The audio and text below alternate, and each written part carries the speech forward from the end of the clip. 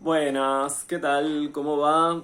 Bueno, voy a hacer como una especie de video apunte porque no estoy con mucho tiempo, pero no quería dejar terminar este día sin hacer una referencia y bueno, dar algunas pistas de lectura de algunos textos que me han ayudado a pensar la naturaleza del poder colonial.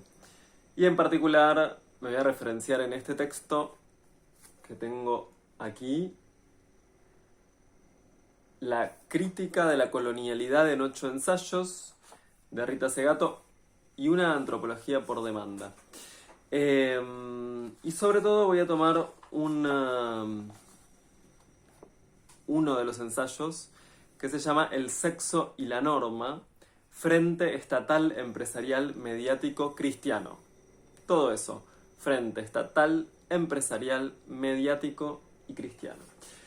Y voy a hacer un punteo, sobre todo para unos aspectos centrales de este texto.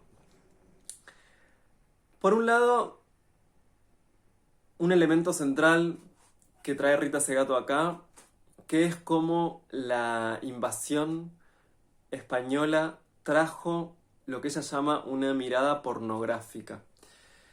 Y por mirada pornográfica no se refiere tanto a la industria pornográfica, por supuesto, ¿no? Estamos hablando ya de hace siglos, sino de una cierta mirada que impone una especie de exterioridad, es decir, una mirada que mira al mundo no sumergida en el mundo, sino una mirada que mira al mundo desde una perspectiva de rapiña, es decir, con la colonialidad nace algo así como si dijéramos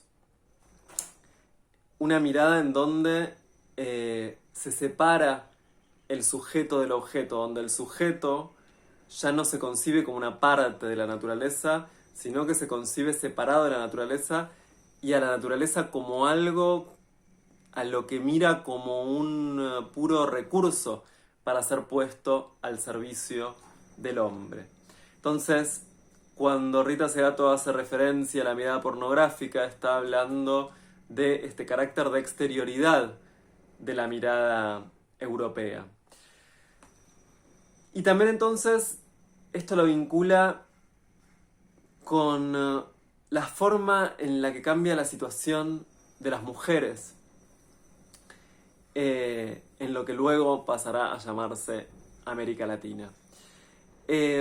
Hay una especie de relación, de correspondencia entre esta mirada exteriorizante, entre esta mirada extractivista de la naturaleza y la rapiña al cuerpo de las mujeres, ¿no? Entonces es muy lúcido cómo Rita Segato incluso va relevando distintos tipos de violencia en el territorio y va viendo cómo muchos, por ejemplo, emprendimientos mineros, muchos asentamientos de cuarteles, por ejemplo, incluso, o bueno, distintos tipos de emprendimientos en el territorio, como la rapiña del territorio también muchas veces lleva aparejado la rapiña del cuerpo de las mujeres, en donde esos emprendimientos, por ejemplo, por decir una cosa, mineros se asientan.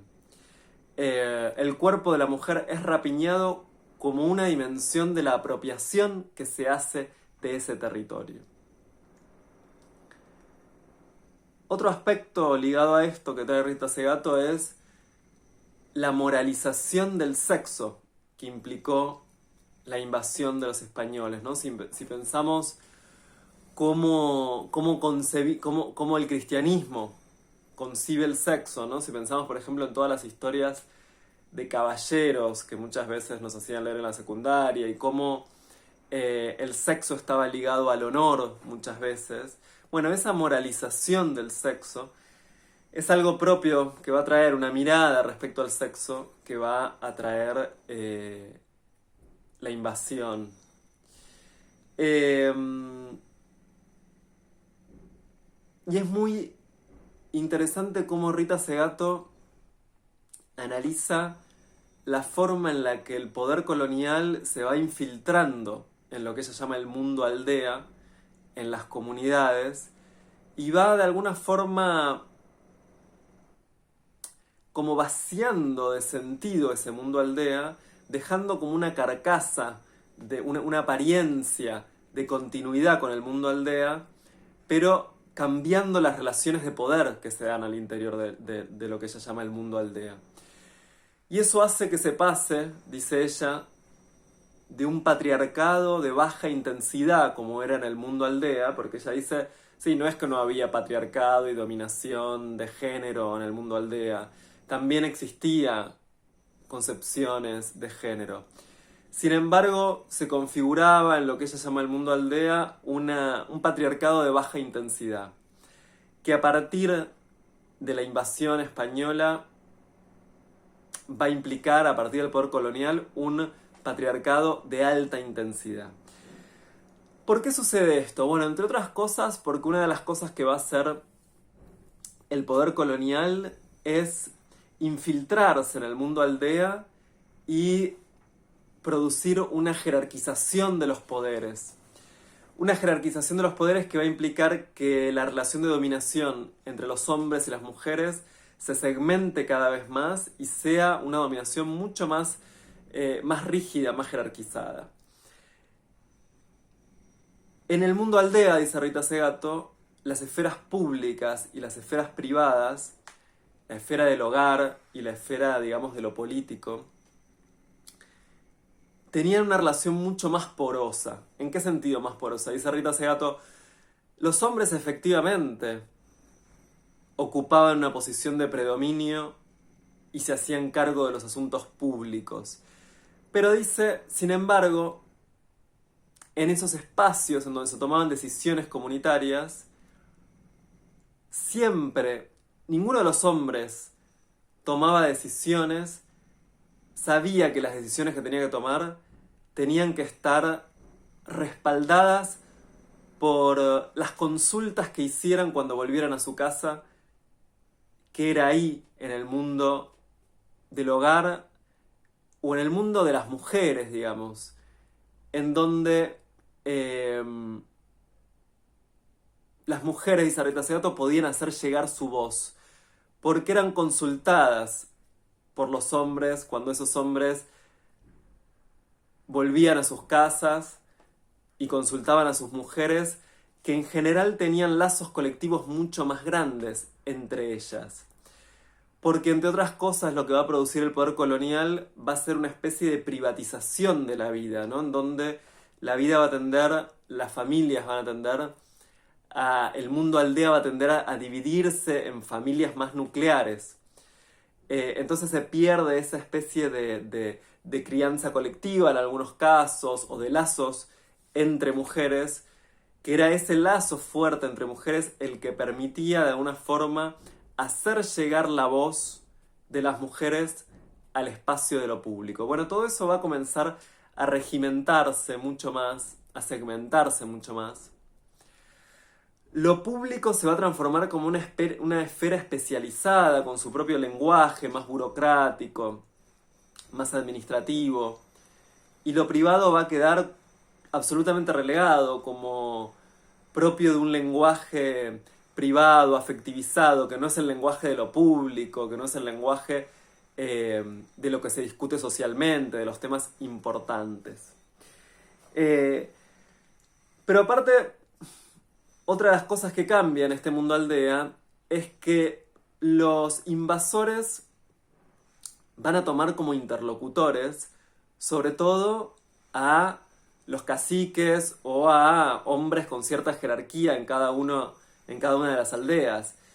Y en ese nuevo rol de ser como interlocutores del invasor, esos hombres justamente van a tener una posición de una preeminencia superlativa respecto a la que tenían previamente en el mundo aldea.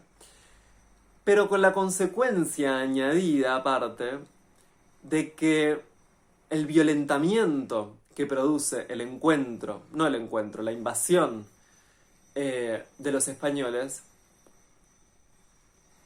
de alguna forma estos hombres que van a ser los puntos de contacto del mundo, entre el mundo del invasor y las comunidades aldea, estos hombres van a terminar transmitiendo mucha violencia en sus propias aldeas.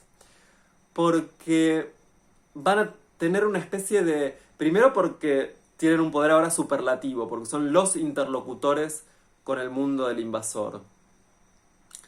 Pero aparte, porque la relación de ambivalencia que le generan el hombre blanco, respecto al cual por un lado sienten el resentimiento natural de haber visto su mundo invadido por ellos, pero al mismo tiempo cierta atracción por el poder que ejercen estos hombres blancos, por el grado de poder que ejercen estos hombres blancos.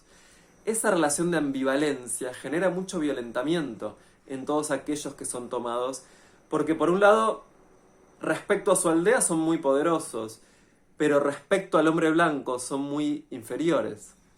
Motivo por el cual toda esa violencia que sienten y esa ambigüedad que sienten va a ser infiltrada, va a ser descargada, sobre todo en sus propias comunidades. Entonces esa separación tan profunda entre lo privado y lo público va a ser uno de los rasgos que va a traer que va a traer el poder colonial y que va a instaurar el poder colonial en estos territorios. Bueno, estas eran un poco de los apuntes rápidos que quería traer en este día, que no quería dejar de hacer referencia a algunos textos que, bueno, sobre todo este texto, hay otros muchísimos textos de Rita Segato, también de Silvia Federici, aunque desde Europa, de María Galindo, bueno, estos libros de Rita Segato son una puerta de entrada también en sus notas al pie y referencias y en su bibliografía para seguir indagando, sobre todo también en cuáles fueron las consecuencias en el ámbito del género y en el ámbito de la heteronorma también, porque otra de las cosas que cambia mucho es la solidificación de los géneros con el poder colonial. Bueno, espero que estas breves referencias les hayan servido en este día.